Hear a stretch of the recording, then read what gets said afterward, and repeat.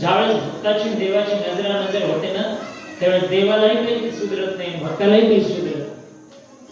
वशिष्ठाने रामप्रभूला पाहिलं आणि नेत्र शांत झाले, समाधी लागली. वशिष्ठ महाराज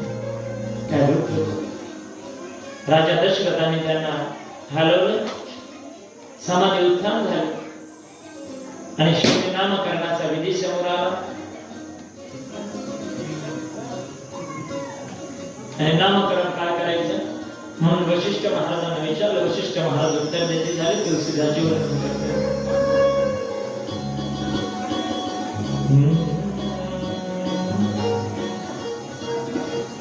जो आनंद सिंधु सुख राशि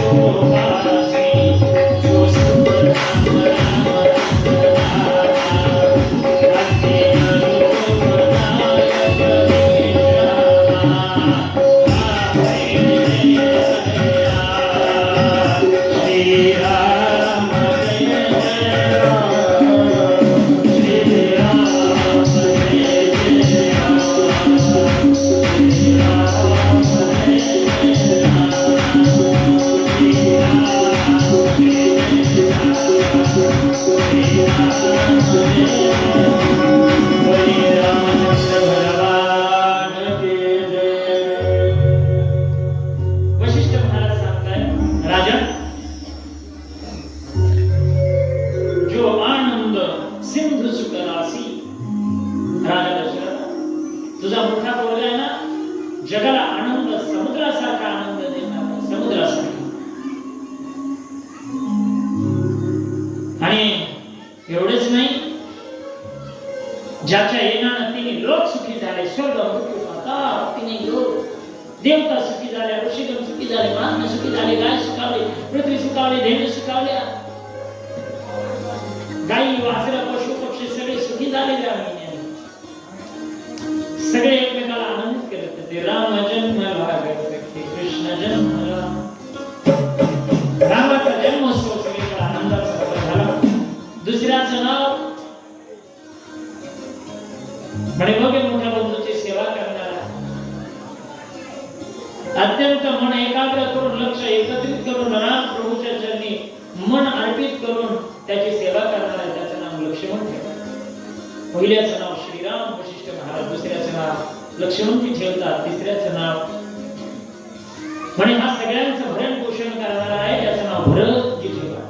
तिसऱ्याचं नाव भरत, चौथ्याचं नाव म्हणे हा संपूर्ण शत्रूचा नाश करणारा आहे, याचं नाव शत्रुघ्न ठेवा. मग तुमच्या मनात विचार आला असेल, शत्रुघ्नाला शत्रुघ्न काय म्हणतात? रामाने युद्ध केलं, लक्ष्मणाने युद्ध केलं, शत्रुघ्नाने कोणाशी युद्ध केलं म्हणून त्याला शत्रूचा नाश करणारा शत्रुघ्न म्हणतात. महाराज ज्यावेळेस ती मंथरा नावाची दासी कैकेयीच्या जवळ आली ना, मंथरा म्हणजे लोभ आहे, लोभ. कोण आहे मंथरा? तिला राज्याचा काय आहे हो? लोभ आहे, लोभ. आणि लोभ माणसाला अत्यंत कठीण आहे बरं. लोभ माणसाला बसू देत नाही एका जागेवर. माणूस सकाळी उठतो आणि लोभ माणसाचं सारखं वाढायला लागतो. त्याला हिंदीमध्ये चहा म्हणतात. चहामध्ये आशा. चहा पैसा से आना होने लगी, चहा आनो से रुपया बनाते चली, चहा रुपया से नोटे छपाते चली, चहा नोटों से होटल ले जाती चली, चहा होटल से होटल ले जाती चली, चहा होटल से हॉस्पिटल ले जाते चली. चहा आशा खूप होते ना, वाटतं ना माणसाला आशा. चहा आशा खूप बेकार आहे. आणि शत्रुघ्नाने त्या लोभरूपी मंथरेच्या कमरात लाथ घातली म्हणून त्याला शत्रुघ्न म्हणतात. संपले. आशेला थारा नाही म्हणाला भक्ती करणारे. चहा आशा, चहाही लेकरं अत्यंत आनंदाने खेळू लागले. चारही लेकरं अत्यंत आनंदाने वाढू लागले. राजा दशरथाच्या मनामध्ये खूप आनंद होता आणि आनंद असताना राजा दशरथाने अनेकांना दान करायला लागले, अनेकांना दान करू लागले. पूर्वीचे राजे देत होते, ऐका रे, पूर्वीचे राजे देत होते आणि मोठ्या माणसांना दिलं पाहिजे. जे देतात ना ते मोठे राहतात. राजाने गोरगरिबांना दिलं पाहिजे. आताच्या राजाने सुद्धा हे करायला पाहिजे. अरे समाजातला आमच्या शेजारीतला आम्हाला देता येणार नवल नाही ते तर आमचंच आहे राजा. कधीतरी स्वतःच्या तिजोरीतलं काळधन सुद्धा समाजाकरता दिलं पाहिजे ना, दिलं पाहिजे ना. राजा तोच आहे महाराज जो देण्यामध्ये उदार आहे, त्याला राजा म्हणतात. राजा होणं कुणाचंही काम नाही, राजाने दिलं पाहिजे. राजाने मोठेपणा सोडून कधी लहानत आलं पाहिजे. राजा दशरथ सर्वांच्या मध्ये आनंदाने आनंद द्विगुणित करतो. मोठी माणसं लहान होतो तेव्हा अधिक शोभून दिसतात, खूप शोभून दिसतात. माझे गुरुजी वेळ होते, परंतु मला वाटतं ही कथा तुमच्या मनापर्यंत जावी, कधीतरी लौकिकाशी कथा जोडणारी असावी. राजाने प्रजेशी संलग्न असलं पाहिजे. मोठ्या माणसाने लहान माणसात आलं पाहिजे आणि जी मोठी माणसं लहान माणसात येतात, जी राजी प्रजेशी संलग्न होतात, त्यांचं नाव या इतिहासात अजरामर झाल्याशिवाय राहत नाही. बघा, मोठ्याने लहान आलं पाहिजे. कल्पना करा, दोन मित्र होते. एक मोठा भाग्याचा ठरला लेखा, खूप शिकला, पुढे मुंबई सारख्या ठिकाणी गेला, चांगला शिकला, राजकारणात गेला, आमदार खासदार करत ग्रामपंचायत पासून आमदार खासदार करत महाराष्ट्राचा मुख्यमंत्री झाला. दुसरा मात्र नशिबाने दुर्दैवी राहिला. शेवटी अन्नमान धरण घेतो, प्रारब्ध आहे. दुसरा मित्र होता, तो नशिबाने गरीब राहिला. त्याला त्याच्या जीवनामध्ये मोठं होता आलं नाही. काबड कष्ट करत होता, शेती करत होता. रामभाऊ त्याचं नाव होतं. स्वतःचा प्रपंच करत होता. त्याचा मित्र मात्र मुख्यमंत्री झाला होता आणि मित्र मुख्यमंत्री झाल्याचं त्याला कळाल्यानंतर काही दिवस तो मित्राची आठवण काढत होता. लोकांना सांगत होता, आता जो महाराष्ट्राचा मुख्यमंत्री आहे ना, तो आणि मी सोबत राहत होतो लेका, एका डब्यात जेवलो रे. माझ्या आईने बाजरीची भाकरी आणि तव्यावर तयार केलेलं पिठलं खूप आवडायचं लेका. श्रीमंत घरचा होता, पण चुलीवरची बाजरीची भाकरी माझ्याच घरी व्हायची ना. रोज दुपारच्या सुट्टीत माझा मित्र माझी भाकरी खायचा. लोक त्याला हेमायचे, शेती काही काय सांगतो रे मोठ्याची, कोणी नाते जोडते, कोणी नाते. हे शब्द ऐकल्यानंतर मनात प्रयत्न व्हायचा, मित्र आहे माझा लेखा, पण विसरला नसेल रे मला. खूप जीव लावायचा, खूप प्रेम करायचो आणि एकमेकावर. मला जर कोणी मारलं ना तर मोठ्या गरजा होता, मोठ्या चक्राईने धावून यायचं, माझी मदत करायचा. म्हणून त्याच्या मुलीचं लग्न निघलं रामभाऊच्या. रामभाऊ गरीब आहे का, गरीब रामभाऊच्या मुलीचं लग्न आहे आणि मुलीच्या लग्नामध्ये त्याला पत्रिका त्याने छापली होती. रामभाऊ गरीब आहे का, आणि त्या रामभाऊची परिस्थिती गरीब असल्यामुळे त्याची लग्न पत्रिका सुद्धा गरीब आहे.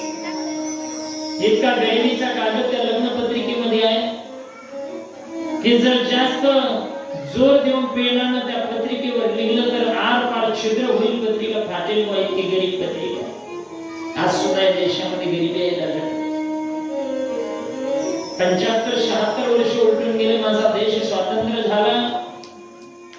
वाईट याचं वाटतं, जोपर्यंत परकीयांची सत्ता या देशावर होती तोपर्यंत देश गरीब राहिला असता, वाईट वाटलं नसतं. पण आज आपलेच लोक राज्य करून सुद्धा या देशात गरिबी आहे. कधीतरी माझ्या शेतकऱ्याचा विचार केला पाहिजे ना या सरकारने. कधीतरी दीनदयाळांचा, गोरगरिबांचा विचार या सरकारने करायला पाहिजे ना. काय परिस्थिती महाराष्ट्र देशाची आज सुद्धा. 10-10, 20-20 25 टन कांदा आज लोकांच्या पत्र्याच्या शेड मध्ये पडून आहे. महाराज कांद्याला पाणी सुटलंय याच्यात नवल नाही. त्या कांद्याकडे पाहून रोज माझा शेतकरी रडतोय ना महाराज. शेतकऱ्याची व्यथा अवघड आहे ना. माझा बाप शेतकरी,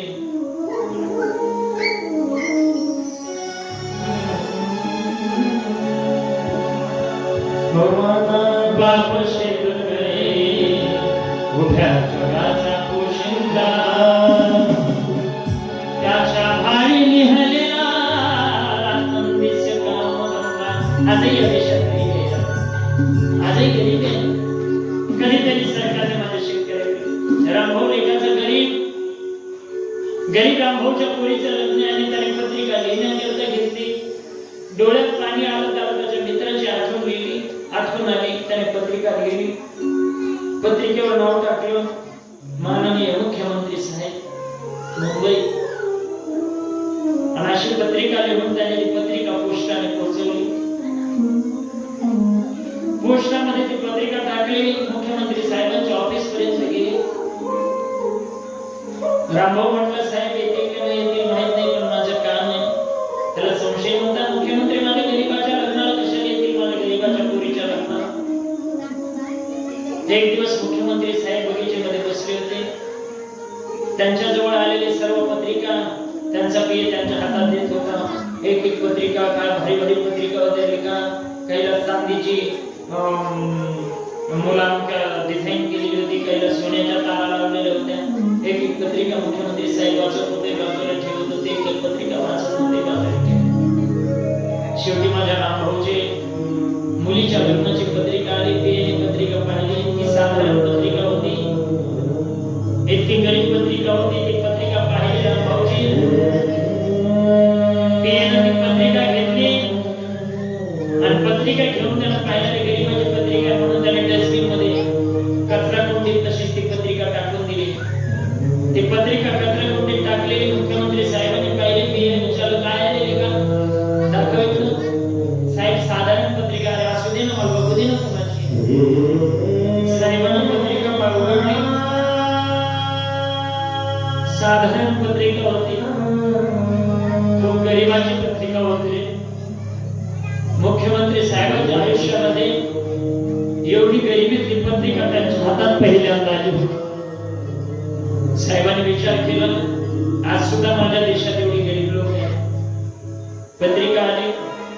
पत्रिकेवर नाव होतं माननीय मुख्यमंत्री साहेब. पत्रिका वाचली.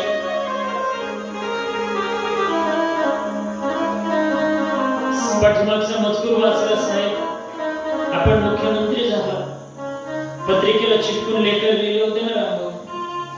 साहेब आपण सोबत जेवायचो.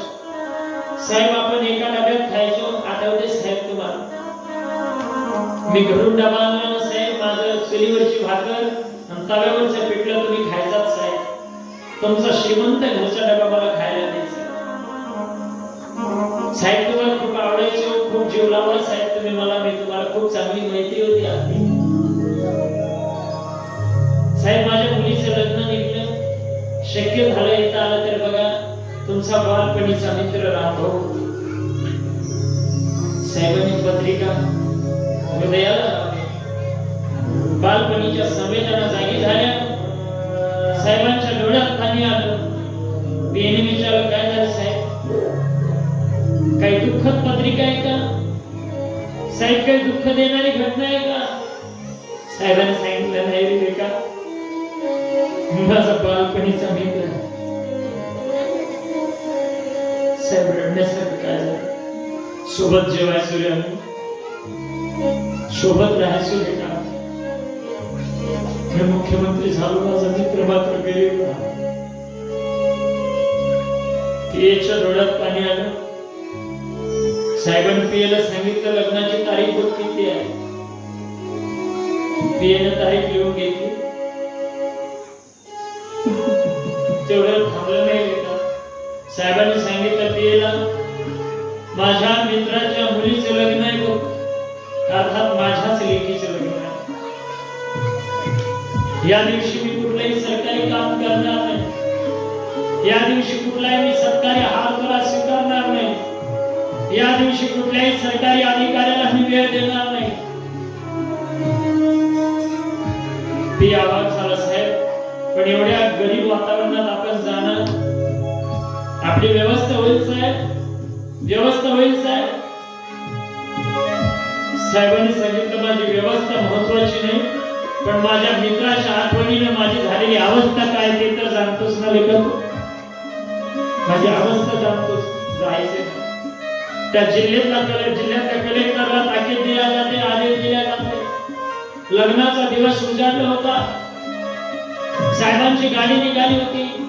साहेब आज कुठल्या मंत्र्याला सोबत घेत नाही, साहेब आज कुठल्या अधिकाऱ्याला सोबत घेत नाही, साहेब आज कोणाचे हात तरी स्वीकारत नाही. रामभाऊ आपल्या मुलीच्या लग्नाच्या घाईमध्ये आहे, तो आपल्या लग्नाच्या बंदीत आहे. जिल्ह्याच्या कलेक्टरची गाडी पुढे होती, कलेक्टरला सांगितलं होतं अशाच पद्धतीने माझी गाडी उभा करायची. तिथे गेल्यानंतर की बरोबर मंडपाच्या स्टेज जवळ गाडी जाईल. साहेबांचा दौरा मुंबई मधून निघाला होता, खेडेगावच्या दिशेने येणार होता. साहेब हेलिकॉप्टर मध्ये बसले होते ना, गाडीतून उतरून हेलिकॉप्टर मध्ये सुद्धा कोणी सरकारी अधिकारी नव्हता. साहेब आज अत्यंत भावनाविवश होते. साहेबांच्या मनामध्ये फक्त मित्र रामभाऊ दिसत होता आणि बालपणीच्या आठवणी साहेब आठवणीत आणत होते, याद करत होते. काय माझं साहेब काय गड्या, मी मोठा झालो तरी मला विसरला नाही. साहेब हेलिकॉप्टर मध्ये बसले, हेलिकॉप्टरने उड्डाण घेतलं. खेडेगावाच्या जवळ ते हेलिकॉप्टरने उतरलं होतं. सर्व कलेक्टर अधिकाऱ्यांच्या गाड्या तिथे साहेबांच्या करता येऊन थांबल्या होत्या स्वागतासाठी. हेलिकॉप्टर उतरल्यानंतर हेलिकॉप्टरच्या आवाजाने गावचे लोक पाहत होते, काय कार्यक्रम आहे का, कोण मोठा माणूस येणार आहे, कुणाला काही कल्पना नव्हती. रामभाऊच्या मुलीचं लग्न होतं. साहेब हेलिकॉप्टर मधून खाली उतरलेले का, साहेब कोणाचा हात तुला घेत नाही, बोलत नाही, काही नाही. गाडीत बसले, कलेक्टरची गाडी पुढे होती, साहेबांची गाडी मागे होती. रामभाऊच्या मुलीच्या लग्नाच्या मंडपाच्या दिशेने साहेबांची गाडी आली. लोक पाहत होते, काय घडते गड्या, काय झालंय नेमकं गड्या, काय होणार आहे नेमकं. लोक सगळा प्रकार पाहत होते. राघव साहेब गाडीतून खाली उतरले. लग्नाच्या घाई गडबडीतून रामभाऊ उतरला. पोलीस पाहिले. माझ्याकडून काही अपरित झालं नसेल, माझ्या मुलीच्या लग्नात पोलीस नेमकं काय झालं. तेवढ्यात साहेब पोलिसांना सारून साहेबांनी आपल्या पाचच्या कपड्यातला लहानपणीचा मित्र रामभाऊ पाहिला. पळत पळत गेले साहेब, पळत पळत आला रामभाऊ. एकमेकांनी दोघाला कडकडून मिठी मारली. जमलेला सगळा लग्नाला जमलेला समुदाय जणू काही आज साक्षात कृष्ण आणि सुदामाची भेट अनुभवत होता.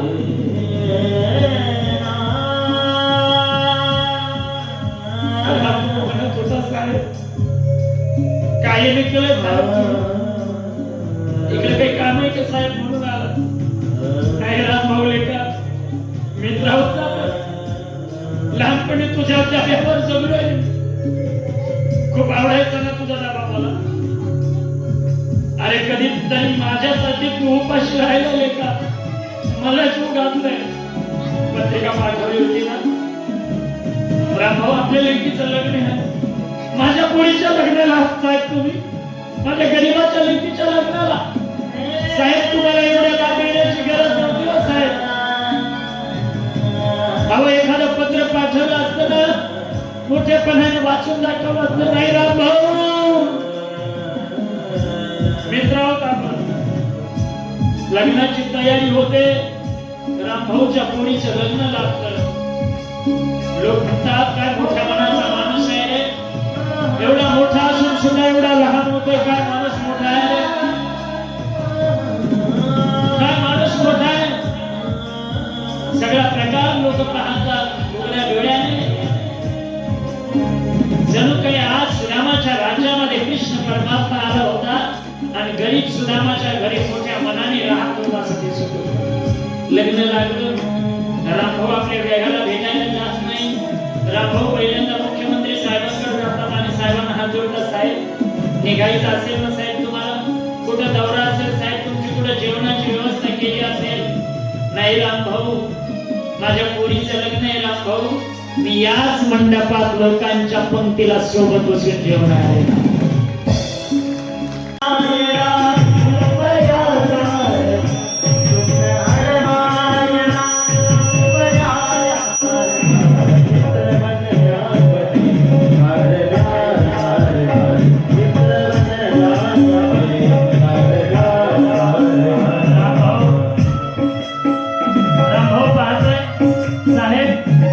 तुम्ही मंडपामध्ये जेवणार आहात, मग पहिल्या पंक्तीला बसलो साहेब. नाही रामभाऊ, माझ्या मुलीचं लग्न आहे रामभाऊ, मी पहिल्या पंक्तीत जेवणार नाही. आणि खबरदार रामभाऊ, मला जर जेवणाबद्दल आणि जाण्याबद्दल विचारशील तर, अरे माझ्या मुलीचं लग्न आहे का, जोपर्यंत ही माझी लाडकी पोरगी गाडीत बसून सासरला निघणार नाही, माझ्या लेकीला मी वाट लावणार नाही रामभाऊ, तोपर्यंत या राज्याचा मुख्यमंत्री हा मंडप सोडणार नाही.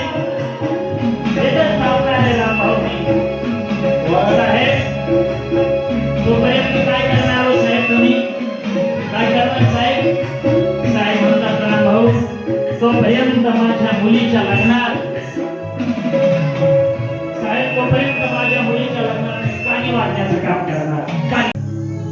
आपल्या सगळ्या सौंदर्यांसोबत, सगळ्या राज्याच्या अयोध्यावासियांसोबत अत्यंत आनंदामध्ये आहे.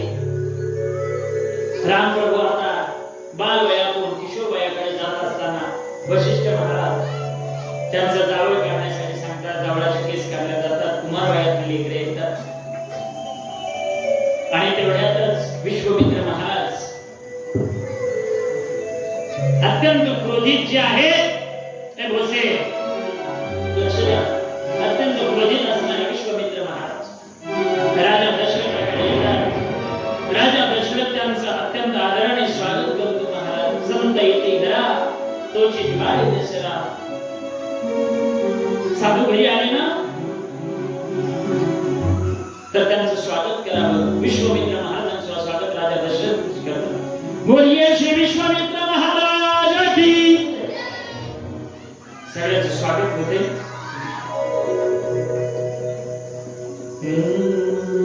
विश्वामित्र महाराजांचं स्वागत झाल्यानंतर विश्वामित्र महाराज राजा दशरथ दोघांच्या गप्पा चालू असताना राजा दशरथाने विचारलं, महाराज आज आमच्याकडे येण्याचं कारण काय आहे. राजा, कारण काही नाही रे, कारण एकच आहे.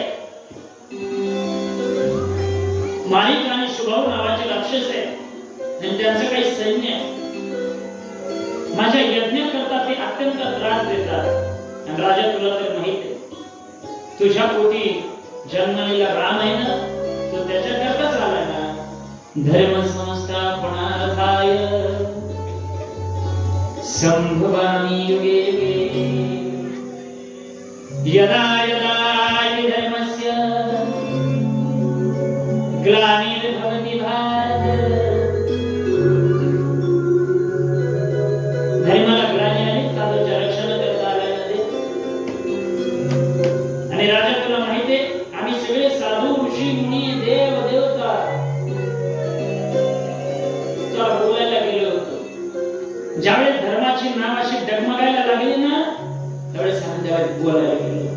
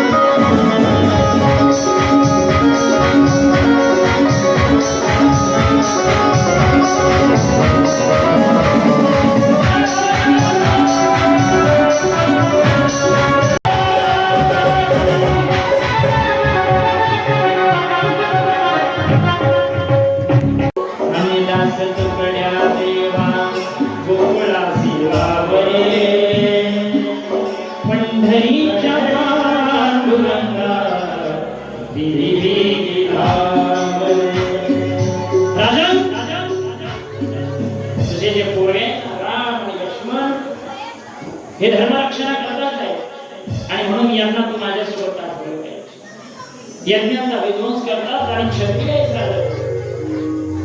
राजा रघुवंश हे याच्या डोक्यात सावळे घालले. तिले नवी असतील लेकरले नवी तुम्हाला लेकराची किंमत नाही. अरे आमचे गुरुजी त्यांना माहिती लेकर किती नवी असते. मी आपला कीर्तन झाले की गावात कीर्तन झाले की पोरं बाबा तू बोलायला लई ताप राहिले. म्हटलं मग त्याला आपल्या घरी चहा पाणी द्यायला. म्हटलं मी चहा घेत नाही. ते म्हणजे लोकांचं खायला लागल्यापासून तू लई चाबरा झाला. दूध आमची मी गेलो बाबा त्याची उन्हाळ्याचे दिवस होते तेव्हा चहा दूध मला आले लई ऊन पडले काहीच नको. तेव्हा महाराज उन्हाळ्याचे दिवस आणि आमच्या घरी ताक आहे ताक थोडं ताक देऊ का म्हणून तुम्हाला. त्याने तांबे भरतात तांबे मला आवडतं गातात फक्त तांब्याचे तांबे भरतात की त्याला मला अजून नाही तरी ते मला पिसावा टाका.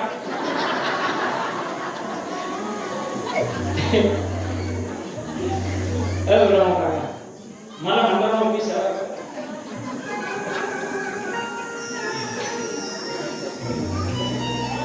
त्याला म्हणलं काय इंडिया संपलं म्हणे ताक संपलं म्हणे बाबा. म्हटलं काय एवढं गोड ताक एवढं चांगलं ताक एवढं गार ताक उन्हाळ्याच्या दिवसात सौदा तांब्या भरून मलाच कामून दिलं नाही. ते म्हणे जाऊ दे बाबा त्याच्या भूमीर पाठवा. मला राग आला ते मावशी मला राग आला मी ते तांबे घेतला पुढे भेटा होते जसा भेटाला तांबे भेटून मारला ते पोरग त्याच्या मायेकडे उभा राहिला. त्याच्या आईला पण ते म्हणतं मम्मी महाराजांनी आपला संडासला जायचं तांबे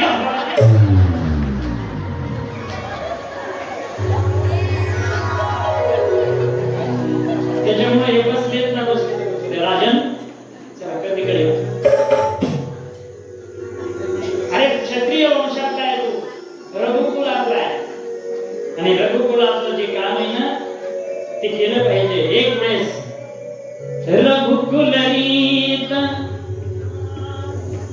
रघुकुल सदा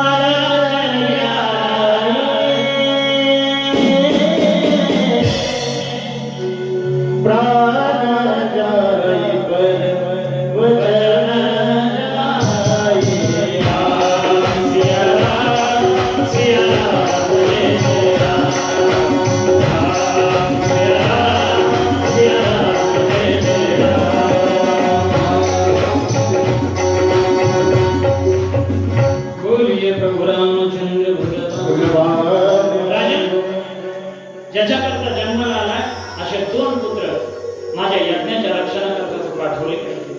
विश्वामित्रांचे शब्द ऐकल्यानंतर राजा दशरथाचा राम आणि लक्ष्मणाचा काही जीव निघत नव्हता। राजा दशरथ म्हटला, महाराज तुम्हाला विनंती आहे, काही करा, पण माझ्या दोन लेकरांना बापाने महाराज बापाने बा बऱ्याच आवडले म्हणतात ना, काय केलं माझ्या बापाने?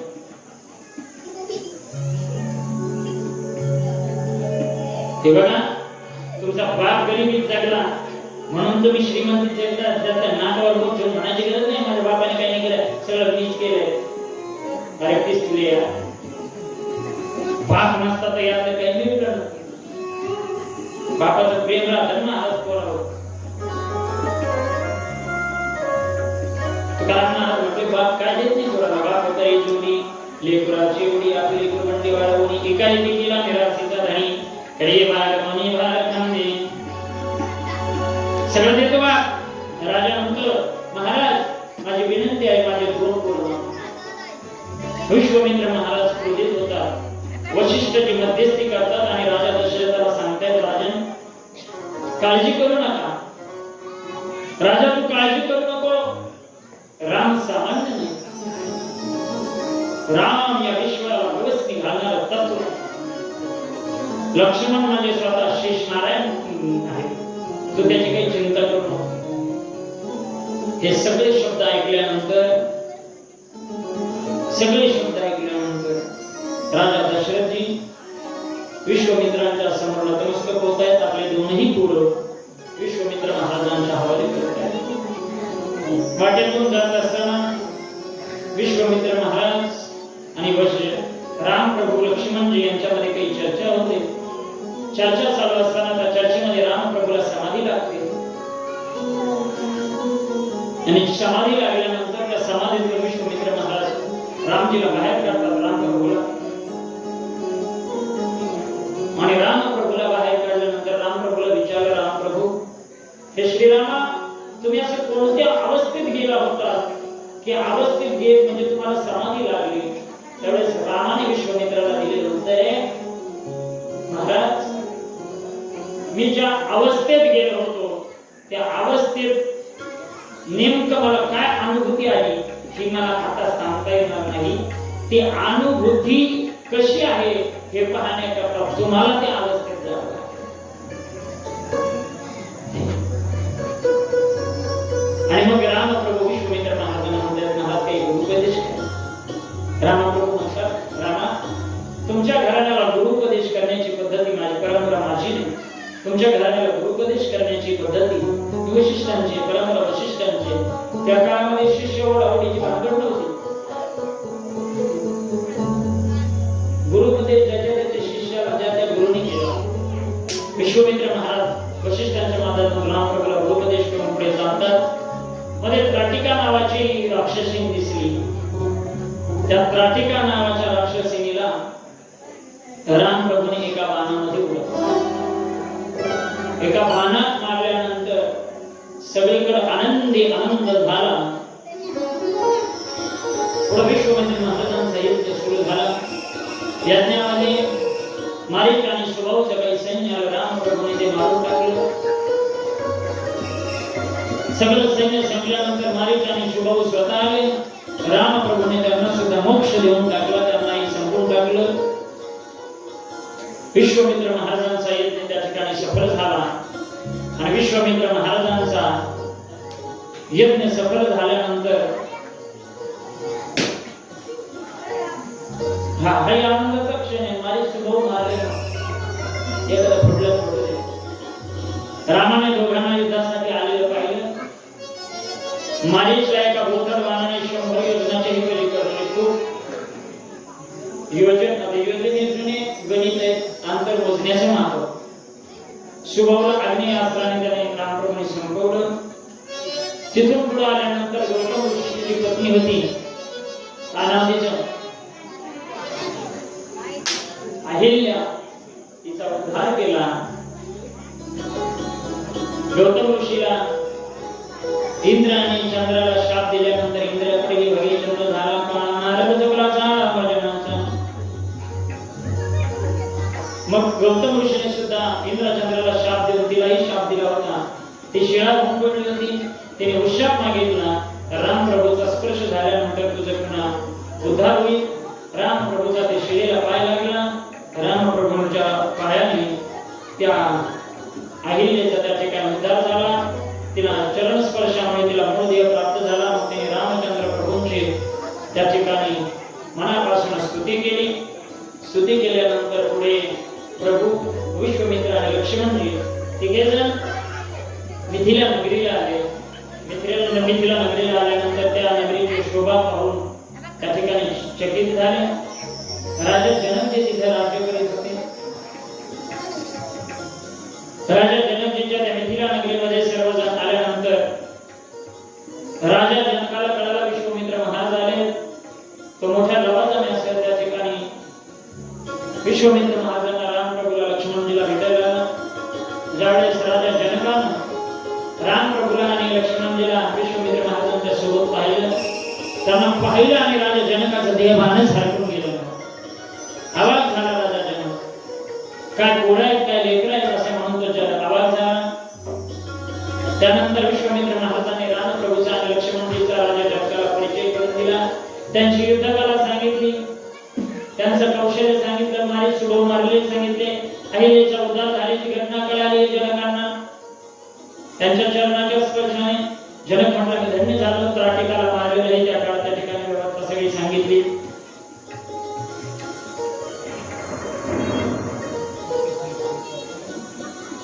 जनकांनी त्यांचं स्वागत केलं. त्यांचा यथोचित सन्मान केल्यानंतर विश्रांतीसाठी जागा दिली.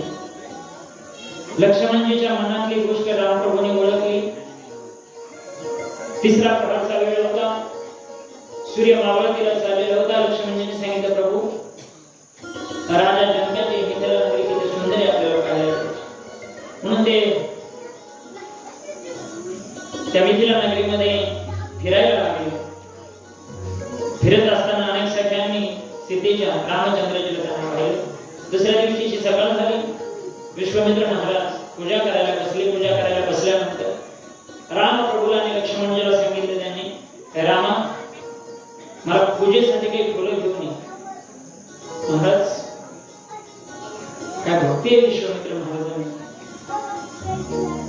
फुलं ज्याला आणायला सांगतात तोच देवाऱ्यात बसलेला. ऐका काय बोलतोय. ज्याला फुलं आणायला सांगतात तोच देवाऱ्यात बसलेला. आणि खरं सांगू का माझा राम सगळीकडेच आहे. घट म्हणजे राम सगळीकडे ना. त्याच्यामुळं प्रत्येक माणसात पाहता सुद्धा राम फुलंही आणतो. राम आपले कामही करतो. राम सगळं करतो. म्हणतात ना घेतो झोपणे फिरवणे उठतो हीच ईश्वराची दया. आपल्याला उठवणार, आपल्याला जागवणार, आपल्याला हसवणार, आपल्याला खेळवणार सगळं राम. आपल्याला पूजा करायला लावणार तोच आहे आणि पूजून घेणारा सुद्धा तोच आहे. समोर तोच आहे, आपल्याला तोच. आणि म्हणून माणसाने रामायणातून पुन्हा ही एक गोष्ट लक्षात ठेवायची. परमात्मा सगळीकडे आहे. म्हणून सगळीकडे परमात्मा पाहून जगताशी आचरण करायचं. भला किसी का कर न सके, भला किसी का कर न सके तो बुरा किसी का मत करना. तुझको नहीं बन सकते तो भला किसी का कर न सके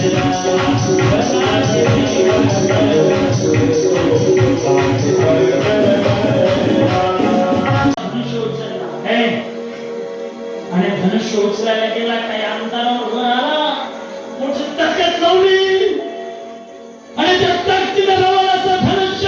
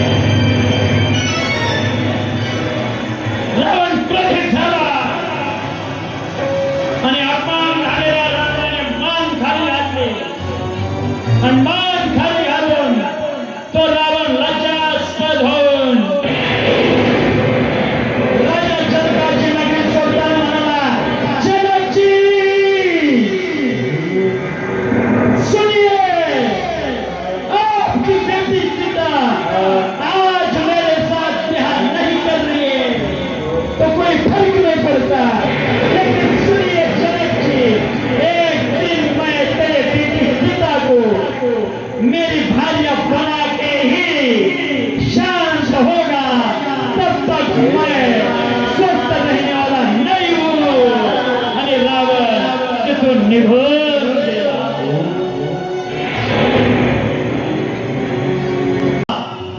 रावण निघून गेला। राजा जनक म्हटला, अरे तो शंकर की सभा है, यहाँ कोई भी वीर नहीं है जो ये शिव धनुष्य को उठाकर भंग कर दे और मेरी कन्या जानकी के साथ ब्याह कर दे। ऐसा एक ही वीर राजकुमार इस धरती पर पैदा नहीं हुआ, एक भी राजकुमार पैदा नहीं हुआ। एक बात सुनकर तो लक्ष्मण जी के आंख लाल हो गए, लक्ष्मण जी क्रोधित हो गए और लक्ष्मण जी कहने लगे, राजा जनक,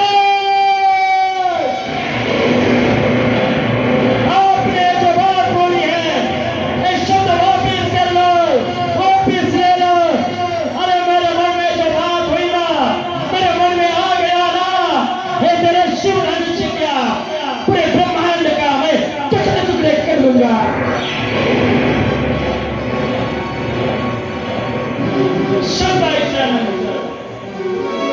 लक्ष्मण जी शेषाचे अवतार स्वतःचा नांगर फिरवायला सुरुवात करणार, तेवढ्यात रामप्रभू वशिष्ठ मुनी आणि विश्वामित्रांनी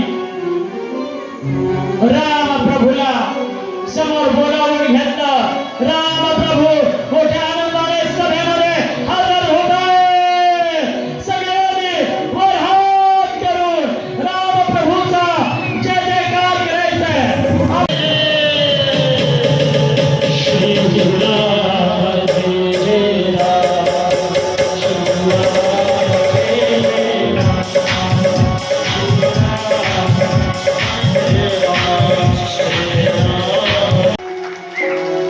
श्री राम जय जय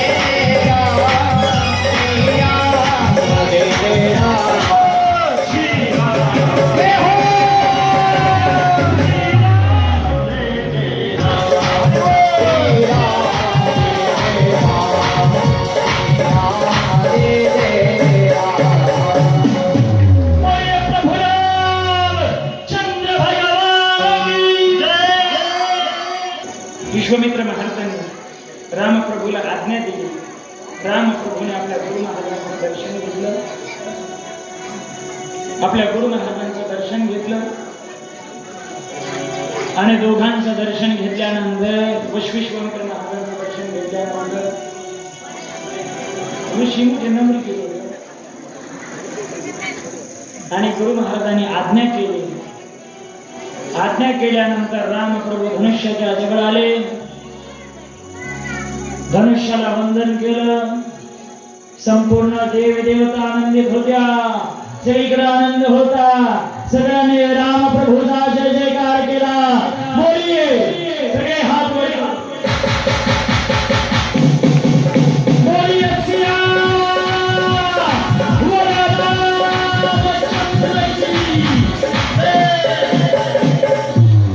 रामप्रभूने धनुष्य हातात घेतला आणि हातात घेऊन वंदन केलं.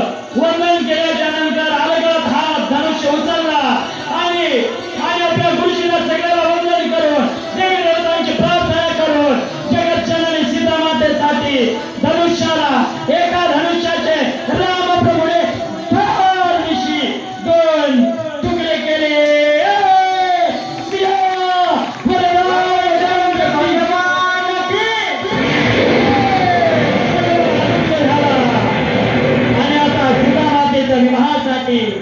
राजा दशरथाला अयोध्येला निमंत्रण केलं. राजा दशरथाने मोठी रोषणाई केली. जनकाने सुद्धा मोठी विद्युत रोषणाई जनकपुरीमध्ये केली आणि सगळे वऱ्हाडी मंडळी त्या ठिकाणी जनक नगरीला आले. आणि आता लग्न सोहळा समोर येतोय तर सीता माता सुद्धा विवाह मंडपामध्ये राम प्रभूला वरमाला घालण्यासाठी येत आहेत. हो, पूर्वी लग्न असे असायचे, नवरदेव नवरी सोबत येत नव्हते. भोस नवरदेव नवरी अंतरपात पडल्यावर एकमेकांचं तोंड पाहिजे. देव सर्वकार्येषु सर्वदा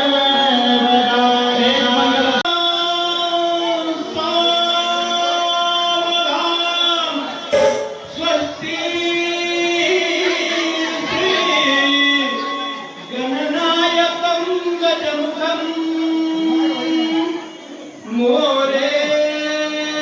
मोरेश्वरं सिद्धिदं मल्लारो चरयुमेन्द्र तनया चर्मन्वती वेदिका क्षिप्रावे प्रवती मातुरनदी ख्याता गया गंडकी पूर्णा पूर्ण जलय समुद्र सहिता पूर्यात सदा मंगलम शुभलग्न सारा शुभ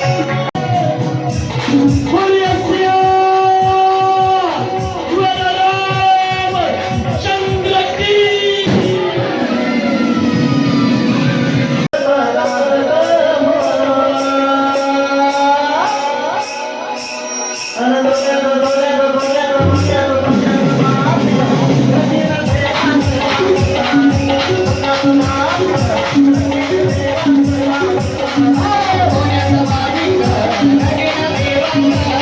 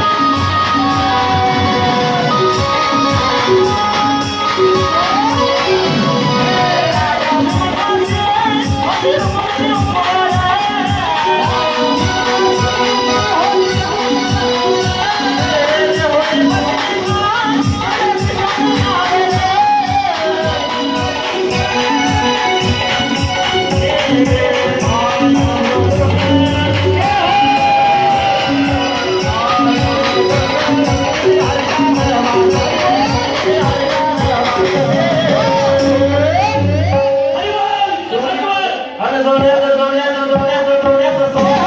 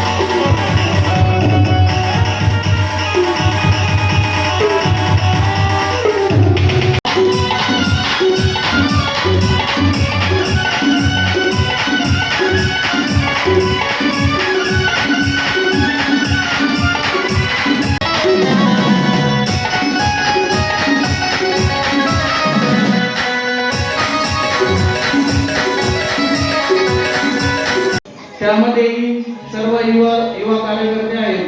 त्यांच्या वतीने उद्या संध्याकाळी भोजनाचा